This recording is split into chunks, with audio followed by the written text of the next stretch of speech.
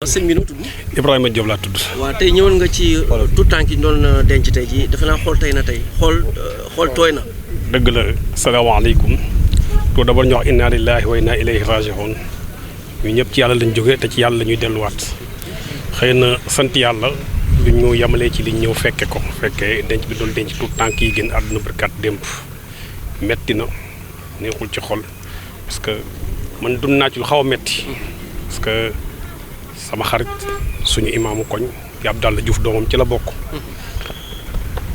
na ci li ma gën a indi sama benn jigéen bu dëkk fii à côté boo xam te ni sëtam ci la bokk mu nekk lu metti trop tudd Adama Diagne parce que yàggul dara doomu jabari doomam moo accouché ba muy accouché ci la yaay ja ñàkk bakkanam mu des si tout tànk bi ñu bàyyi ko ci hôpital ba malheureusement yàlla ñëw ak dogalam yóbbaale ko moom it mu nekk lu metti lool ci xol waaye nag dañ koy sant yàlla parce que ki jël alalam la jël parce que kenn def ko moom moo ko sañ a def ko kon ñaanal leen yàlla fa ñu jëm yàlla na leen dàqal foofu yi ñu jógee parce que tamit lu mënul ñàkk àla kulli yàlla day am ñu sant ko yàlla bu baax a baax parce que tamit mënoon naa gën a ñaaw mënoon naa gën a métti trop waaye yàlla bu dogalee teg ci lii xëy na lu mu namm la ëllëg moo tax mu doxali ko nii xëy nag lépp dañ koy jël delloo ko rek tax ni moo ko ñu naan dañ leen boole ci benn tomb suul leen est-ce que loolu dëgg la. non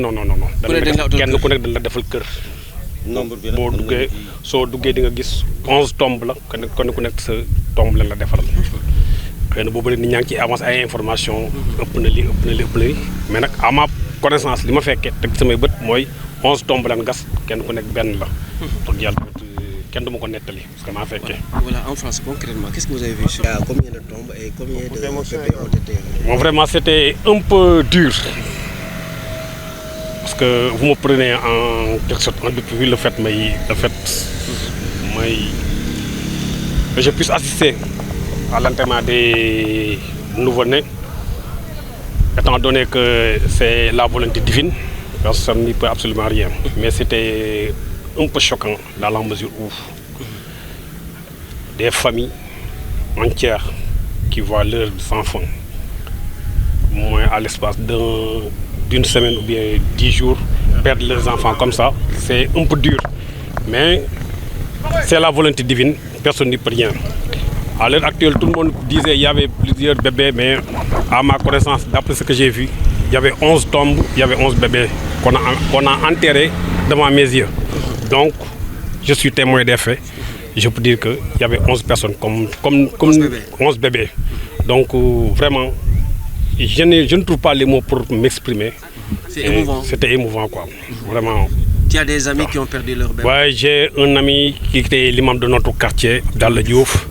J'ai aussi une sœur qui a perdu sa petite fille.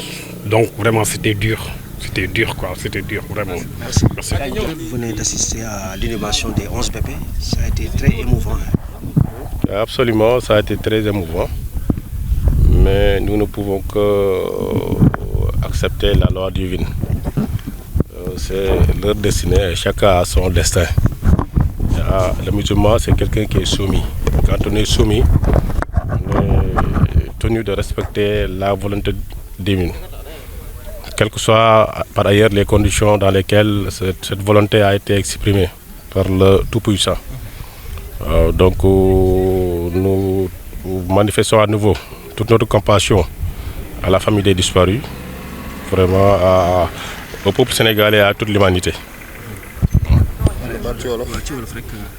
waaw ñoo denc xale yi ginnaaw bi leen xalifa bi dajalee tey wax ak ñoom famille yi jël doomam boole ko imam yi ak toutes les autorités de la ville ñu ñëw ànd ak waajuru xale yi ñëw jébbal xale yi seen borom mu nekk nag loo xam ni yàgg nañ ko def parce que dund ak dee ñoo ànd façon dee bu nekk aussi yàlla def na dal na suñu mbokk wala fekke nañu ko waaye bii nag moom dafa am particularité parce que xale yoo xam ni dañuy doog a judd la génne àdduna ci condition bu ñu génne àdduna donc moo tax à la fois naqar sax dina ci am ndax ku am lu kii sa xol ay nit lañu foog nga am naqar mais naqar bi dañ koy delloo ca muñee ko yàlla parce que yàlla loolu la santaane waaye surtout ñeewante moo ëpp ñeewante ci waajur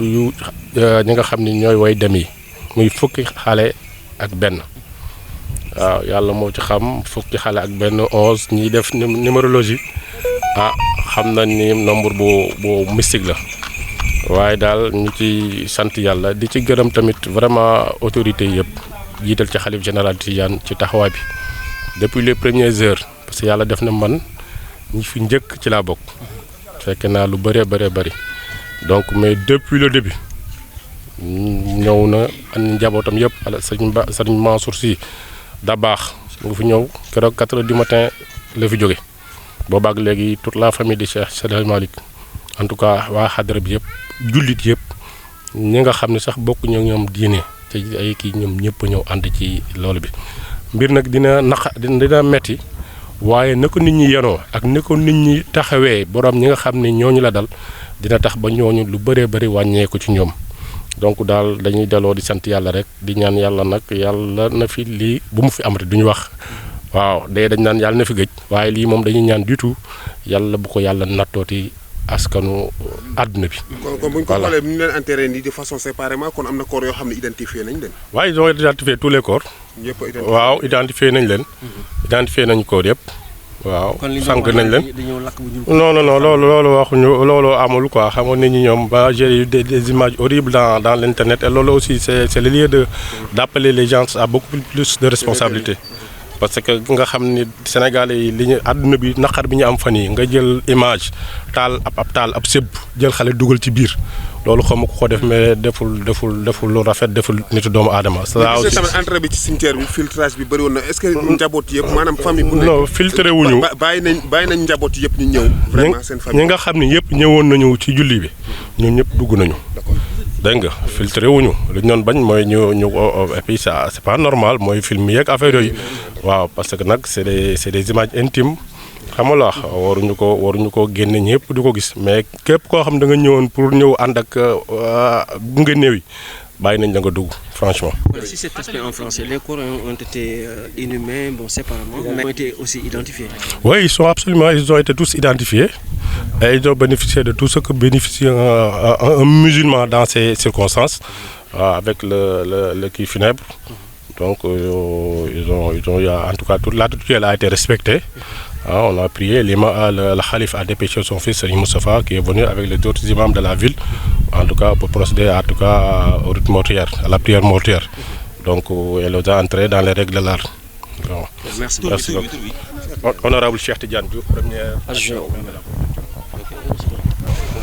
Salaamaaleykum mbokki téléspectateurs yi maa ngi tudd Bathie Mbow dëkk fii ci Tivaouane quartier Ndout ñëwoon tey ci enterrement bi 11 bébés yi nga xamante ne ñoom ñoo li génn àdduna ci lakk gi bon di loo xamante ni nag ndeysaan lu metti la lu triste vraiment wax dëgg yàlla loo xamante ni daal dañuy ñaan yàlla bu mu fi gaaw am ñuy masawu ñi nga xamante ni ñoom ñoo ñàkkle seen i mbokk seen i doom ak képp koo xamante ni wax dëgg yàlla li moom soo ko yëgee dina metti di jàlle waa Tivaouane gépp di masawu ñëpp wax dëgg yàlla lii daal yàlla bu mu fi amati parce que su ñëwee lii Tivaouane la am day loo xamante ni doy na waar daal yéeme na waaw loolu taxoon daal man ma ñëwoon ma ne dinaa ñëw ci enterrement bi vraiment ñaanal xale yi yàlla xare leen àjjana yàlla jéggal leen loolu daal loolu la moo fi indi woon tey Bathie Mbow laa tudd nekk taalibe Serigne Abdou Aziz Al Amine dëkk fii ci quartier Ndout fii ci Tivaouane